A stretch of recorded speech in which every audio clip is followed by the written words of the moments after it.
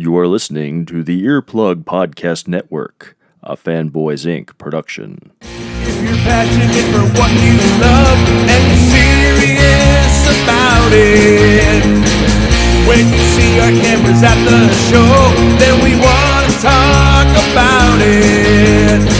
Fair weather fans need not apply. We seek nerds that are true.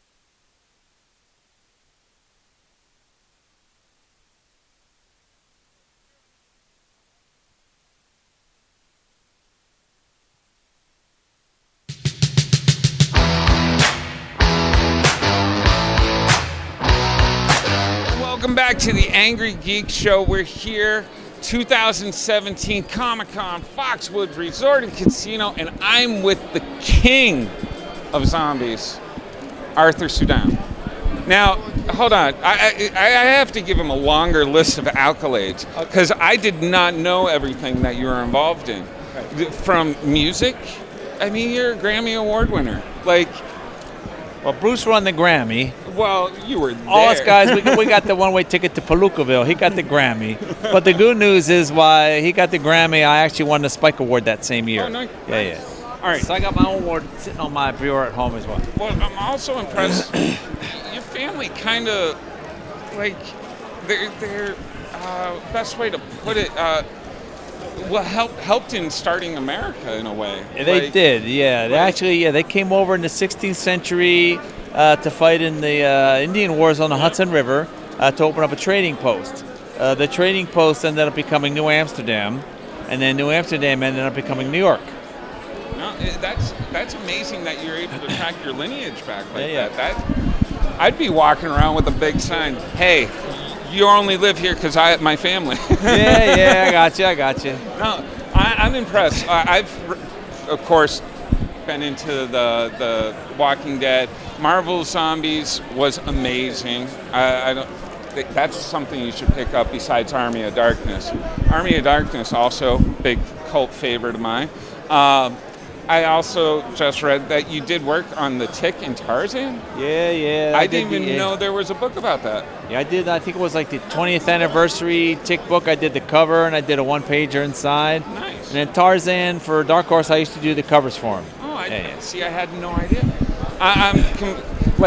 My co-host actually put me in to do the interview. He's like, well, you know his work. And Right. I actually feel like I don't know your work at this point. I'm like, I didn't even know Batman Predator was you. I'm just that's going way back. It's going way back. When I was a wee lad. But no, you're a part of comic history for me. I'm a huge Batman collector, so all these, the one-shots and everything, the Batman vs. Predators, the miniseries, I had to have them all as a kid, Batman's in it, I gotta grab that. Batman's in this, I gotta grab that. Yeah, the work I did back in the 1970s and 80s is actually what introduced painted work to comics. So the work I did for Epic Illustrated and Heavy Metal Magazine, when I came to DC Comics and Warren Publishing in the 1970s, I brought in all oil painted comic pages with me, and I'm actually the guy who started doing painted comic work. All right. Do you yourself collect anything, whether it be comics, fine art, I don't know, Furbies, fidget spinners? I used to, I used to collect. I used to collect comic books. Basically, when you look at the Marvel Zombies, those were all my favorite comic books from my collection that I did like parodies and I did homages to for that series. And that's what started the whole zombie phenomenon going. Marvel Zombies, I'm told, was the best-selling trade of all time for Marvel Comics.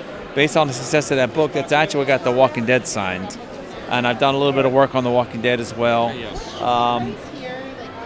But that's, so that's... To get an actual original copy of the Marvel Zombies, you're paying out the butt now at this point. It's like $200. So. Well, they're going up. Oh, Actually, I'll show you this one here. This is interesting.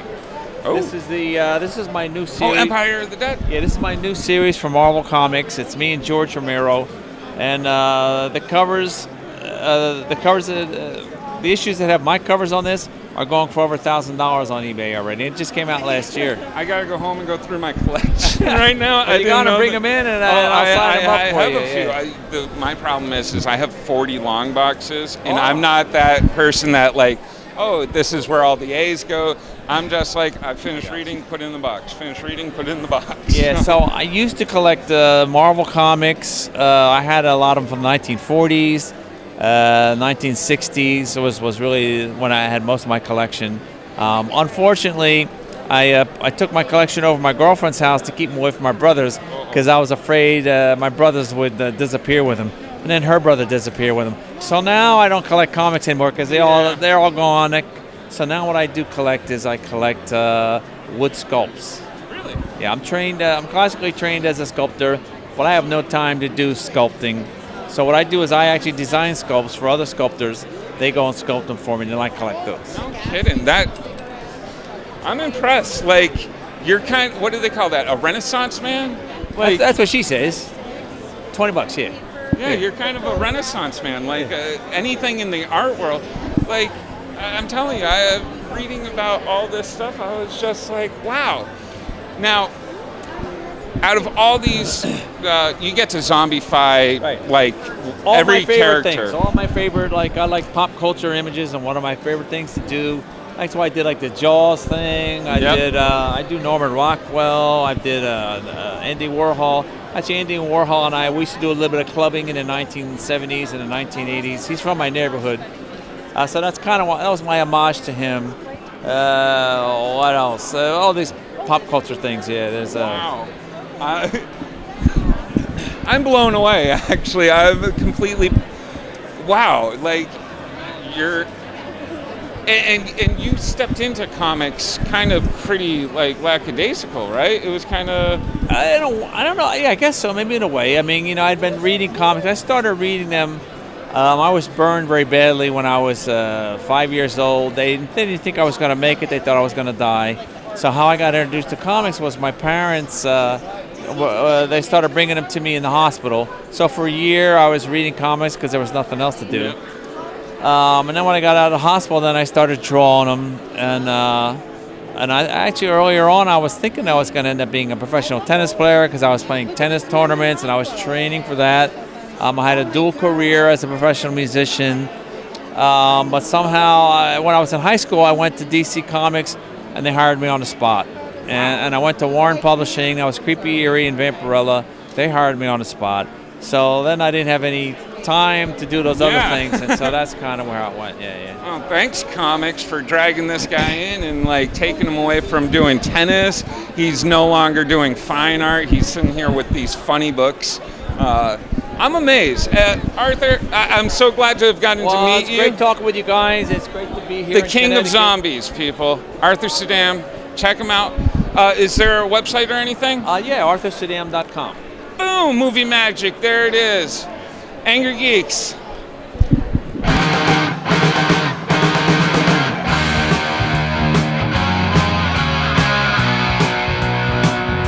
Hey, ComiConn, we're still here, and I am with model, designer, artist, one of the most beautiful women ever on television and cosplay, the one and only Ivy DoomKitty. Why are you laughing? I'm sorry. I have permission to call you beautiful. I mean, because you are. Your Zatanna, what you're rocking is awesome. Your Power Girl is awesome. Your Lieutenant Uhura is awesome. Your Doctor Doom is awesome. I can keep going on and on and on. It's just, you're gorgeous. I'm sorry. Thank you. I'm sorry. No, thank you. You're quite, wow. I get awkward with compliments. You get awkward with compliment. Oh my God. She gets awkward. I would be the awkward one right now standing next to you. What's next in the cosplay future? What are you working on? Oh man. Well, I'm doing shows, so I'm touring right now. Yeah. And San Diego ComiCon's the big one. Yeah. I'll be releasing my new calendar there, the 2018 calendar, a bunch of new product, shirts, things like that, fun stuff. And new costumes. I'm working on a bunch of new stuff. Doing a armored Vanellope from Wreck-It Ralph. Okay. I'm doing a Spyro the Dragon. Really? Yeah, we're finishing the design process. Zach Fisher, who did the design for my Bowser costume, he's working on the design for that, and then I get to build it, which I'm excited for. And I'm also working on Toothless. Okay. Which is that one I've been working on for the last couple of years. I started the armor, then I put it away, and I'm gonna take it back out finally. Why did you get discouraged, or was that too much work? Distracted, yeah. By handsome YouTube public access people. Quite possible. Ooh, hey. Generally, when I'm making something, in that moment I'm inspired and I'm working on it. But then I have a very short attention span. You're like, oh, squirrel. So my co-host Jeremy. No. So what'll sometimes happen is, I'm working on a costume, but then something else inspires me. So I stop and I'm like, oh, I'm going to work on this other thing. And then it pretty much boils down to I have like 13 or 14 costumes that are in different levels of completion because I haven't gotten around to actually finishing one of them all the way through. Yeah. It is what it is. I need to finish working on all of them. Okay. And yeah, you guys will see a bunch of them this year, finally. Finally. My sister that travels with me has put me on lockdown, my 19-year-old little sister, and has said, you are not allowed to spend any more money on any more pieces for your costume or materials until you finish the ones that you have done. So I'm like, okay. And my younger sister has a lot of sense. I will, not regretfully, I will, forget what the word is, where you're like not wanting to do something, but you're doing it because I'm mesmerized. I'm just listening. I'm mesmerized right now, so I'm paying attention, but I'm also mesmerized. What's your favorite cosplay? It varies. Bison's one of them because it's super comfy. It's like I'm wearing like these giant baggy like MC Hammer type pants, so I can sit like a dude and like no big deal, Sit like a dude. Yeah, I can like just chill. Like What I'm curious about is I can't do that when I'm like Zatanna, What I'm curious about is why aren't you wearing Wonder Woman with the success of the movie last week? I was really hoping that you were going to be rocking that today. I am wearing a Wonder Woman inspired dress by Katie Elhofer tomorrow. We'll be here tomorrow. Yeah, I'll be wearing that one tomorrow. The actual costume I haven't worn because that breastplate was actually made for a male friend of mine, and he cosplays as Wonder Woman. And our mutual friend makes armor out of brass and aluminum steel. I was just a tiny bit heartbroken that you weren't wearing that because I was really hoping you would. For the costume for tomorrow, the dress for tomorrow, I have my bracers and I have my tiara. Okay. But I don't have any of the other parts that I'm wearing with the dress. But because that plate was made for him, it never fit me with my costume because I never had an actual one made for my measurements. So I'd always have issues where if I even moved a certain way, it would just like pop. We're on television. So I need to have a proper one made that will actually fit my measurements without running into any wardrobe malfunction. I have to ask, am I turning red? No. Just slightly. Just slightly, thank you very much. It's hot here. It's a little. Besides San Diego, where can we find you next? You can find me. Besides in my dreams. Wizard World Sacramento in a week. Where else am I? Anywhere in New England. I will be at another show, but I can't say just yet. But I will be at another show. It is not Boston. Okay. I love Boston. I'm so sad I'm not going to be in That's Boston where we this actually year. first met. Yeah, Boston's awesome. Lobster rolls for the win, yes. All right. Where can we find you online? I know where you can find you. Where can our audience? Social media, all the things under Ivy DoomKitty. Watch this. You can Ready? also find me. Right there. You can also find me on ivydoomkitty.com, my own website, and my fan club, which is patreon.com/ivydoomkitty. Look at that.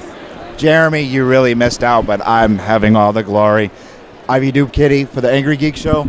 We're going to go take a break. We'll be right back.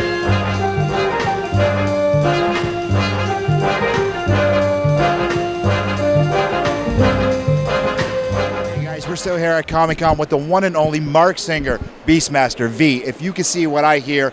And I was just telling him off camera, I have a book that his Choi Life Food Sifu wrote with his picture in the back, and I blew Jeremy's mind because Jeremy didn't even know about that. Mind's not blown. Wow. Shaking his hand, mind blown. Growing up, You make me the feel BeastMaster, one of my heroes. Then you're on V. You use your martial arts in both shows. You're incredible. Well, I BeastMaster appreciate it. wasn't a show, it was a movie. It was a show, but he wasn't in it. Oh, well, the BeastMaster show, yes, there was that. And but what can you? can we talk about what Marc's done? I was going to do that. Can you give us a little about your martial arts background? Yes. Welcome to the Angry Geek Show. Well, you sort of martial arts is a kind of a way of life as much as it is anything. So, as an actor, you just bring everything that you've got in life every time you come to the work. So that's what I brought to the work in BeastMaster and in V, and it certainly stood me in good stead because they were very physical shows, and even as strong or prepared or agile as you try to be, sometimes you're going to get injured. But those kind of physical exercises help you to sustain through life. So everybody, stay healthy, stay well. Did you get attached to any of the animals on the set of the BeastMaster? I got attached to all the animals in BeastMaster, and I was very fortunate that none of the carnivores got attached to me. Good way. Okay, Batman animated series. You were the Man-Bat. Thank you. Thank you. It was an amazing episode. You brought the character to life for me. Thank you very much. I appreciate it. That was, doing animated series, doing voiceover is it's almost like doing radio, because all the actors sit around in a room and the director is in a soundproof booth, just as if you're making a recording, and you all get to act with each other, holding the script in front of your hands. So it's really like a trip back to the 1930s when radio was king. You're amazing. Thank you. Jeremy, anything for Mr. I have Singer? one question. All right. We're geeks, huge geeks. Are you a collector of anything? Actually I am, and it took me a while to recognize that the fine line between collecting and hoarding is very thin. Yes. And I haven't recognized that line Me yet. no, I had a friend, as a matter of fact, who had just purchased a house, a very, very lovely man, and he and his wife were sort of, they were honeymooners, and he said, all I need is 75 feet of fence for my backyard. I said, I've got 71 of them right over here. I said, I salvaged them, I pulled all the nails, and I was right by the side of the highway. Here they are. And we loaded up 71 feet. He took it back. He only had to buy 4 feet. Wow. Yeah. Marc Singer, the BeastMaster V. If you can see what I hear, what you did a fantastic job in that movie. That movie made me cry. Thanks. And it was based on a true story, too. Yeah. Thank you for your time. Thank We you. appreciate Guys, it. it was a Welcome great to the deal Angry of fun. Geek Show. Thanks. Pray right now. I saw the movie when I was 10. He could Thank probably you. put him on right now. Come on. I would just like to say, wow. Bye. Thank you, sir.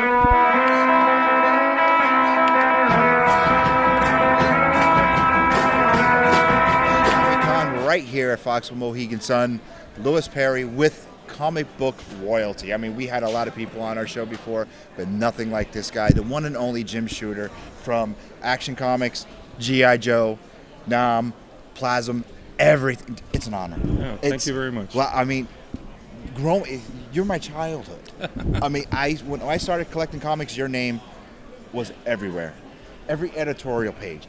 Everything you looked at, your name was there. So I want to thank you for all that.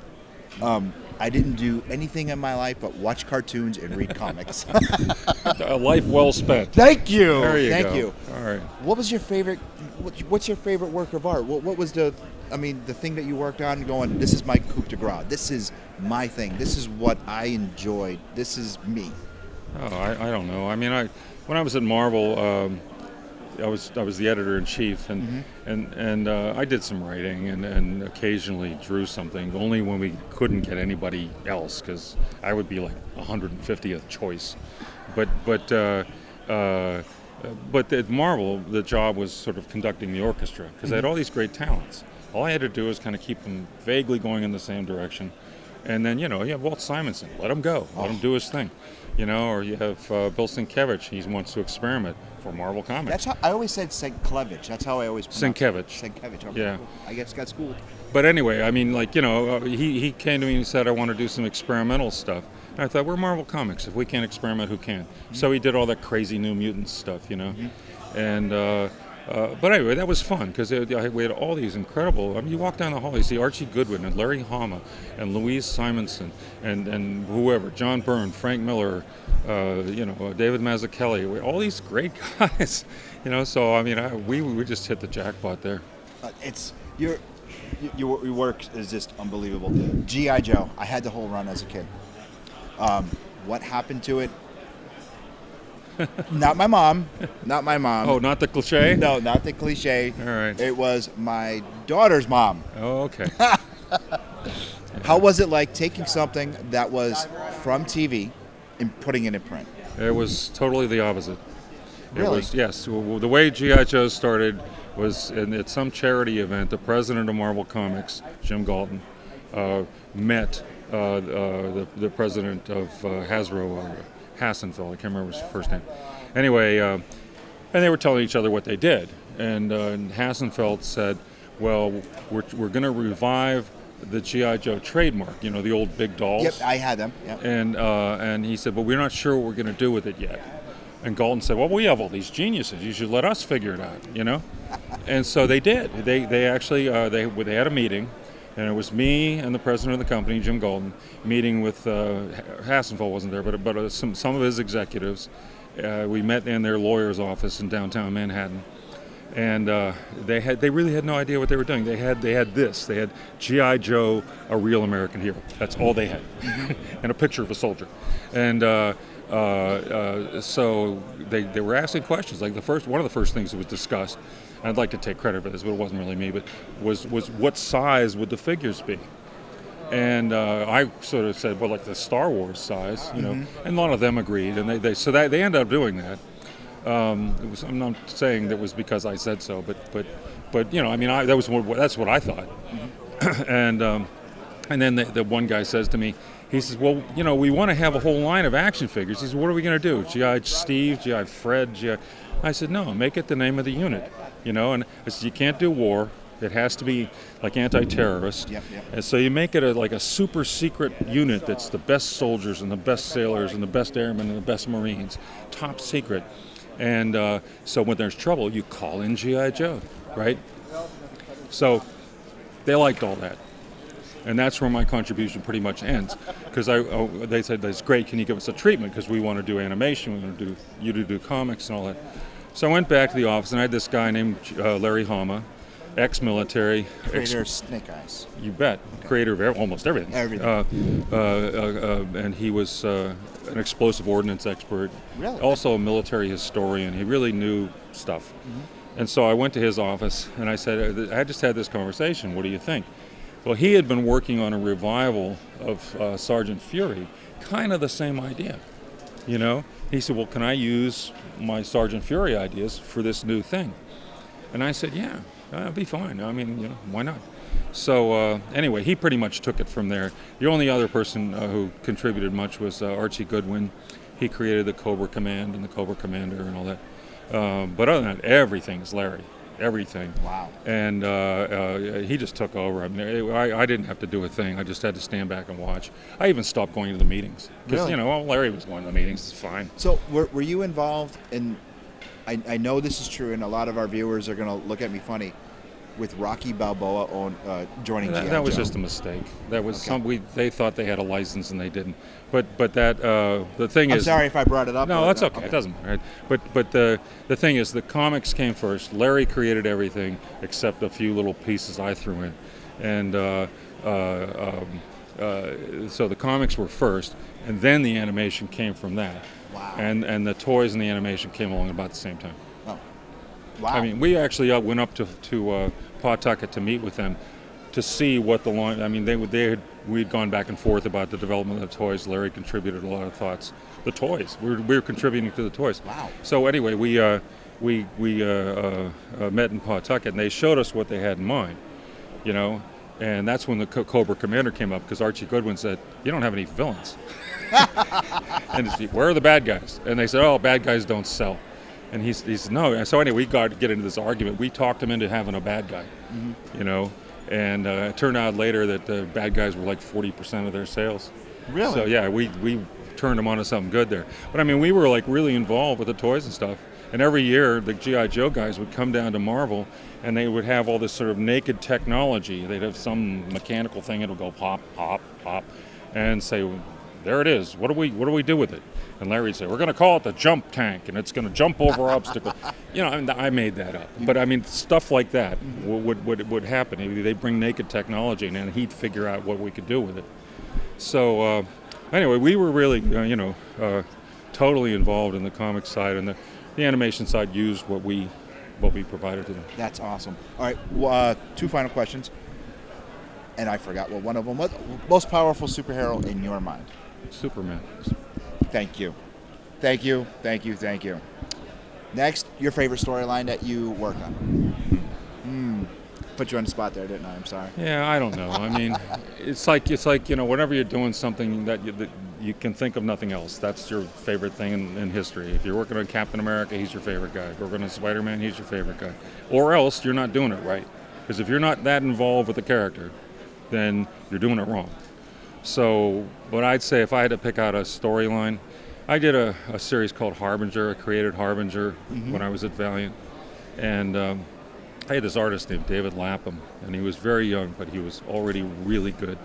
And so the first 7 issues of Harbinger, there are stories within that 7 issues, but all 7 combined to make one bigger story, a story arc. And he was the artist throughout all of that. And that's probably my favorite thing I've ever done, and it's mostly just because David did such a great job. Wow, that's awesome. Louis, here at ComiConn with the one and only Jim Shooter. Sir, thank you. It was an honor. My pleasure. Check him out. It's here. This has been an Earplug Podcast presentation, found on earplugpodcast.com, iTunes, SoundCloud, and wherever your favorite podcasts are found.